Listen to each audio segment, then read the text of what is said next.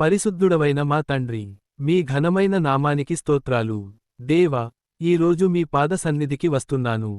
నా జీవితంలో ఎదురవుతున్న సమస్యలు, కష్టాలను చూసి ఒక్కోసారి నా విశ్వాసం బలహీనపడుతోంది. కానీ ప్రభువా, ఈ రోజు నా విశ్వాసాన్ని పర్వతమంత బలంగా మార్చమని మిమ్మల్ని వేడుకుంటున్నాను.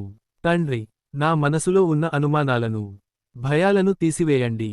పరిస్థితులను చూసి భయపడటం కంటే, ఆ పరిస్థితులను సృష్టించిన మిమ్మల్ని చూసే ఆత్మీయ నేత్రాలను నాకు ప్రసాదించండి. విశ్వాసము వినుట ద్వారా కలుగును అని మీ వాక్యము సెలవిస్తోంది. నేను ప్రతిరోజూ మీ వాక్యాన్ని ధ్యానిస్తున్నప్పుడు అది నా హృదయంలో వేళ్ళూని బలమైన విశ్వాసంగా మారేలా సహాయం చేయండి.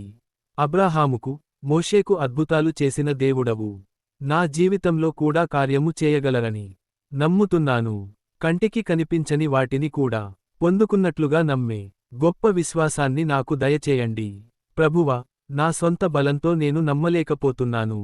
మీ పరిశుద్ధాత్మ ద్వారా నాలో విశ్వాసాన్ని వృద్ధి చేయండి.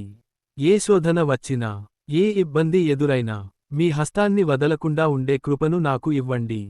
దేవా, నేను ప్రార్థించిన ప్రతి మాట మీరు విన్నారని నమ్ముతున్నాను.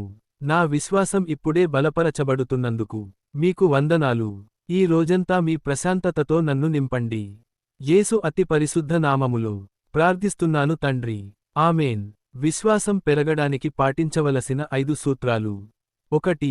ప్రతిరోజూ వాక్య ధ్యానం, రోజుకు కనీసం 15 నిమిషాలు బైబిల్ చదవండి. 2. స్తుతి ఆరాధన, సమస్యల్లో ఉన్నప్పుడు కూడా దేవుని స్తుతించండి. స్తుతి విశ్వాసాన్ని పెంచుతుంది. 3. గత మేలుల జ్ఞాపకం, దేవుడు గతంలో మీకు చేసిన అద్భుతాలను ఒక డైరీలో రాసుకోండి. 4.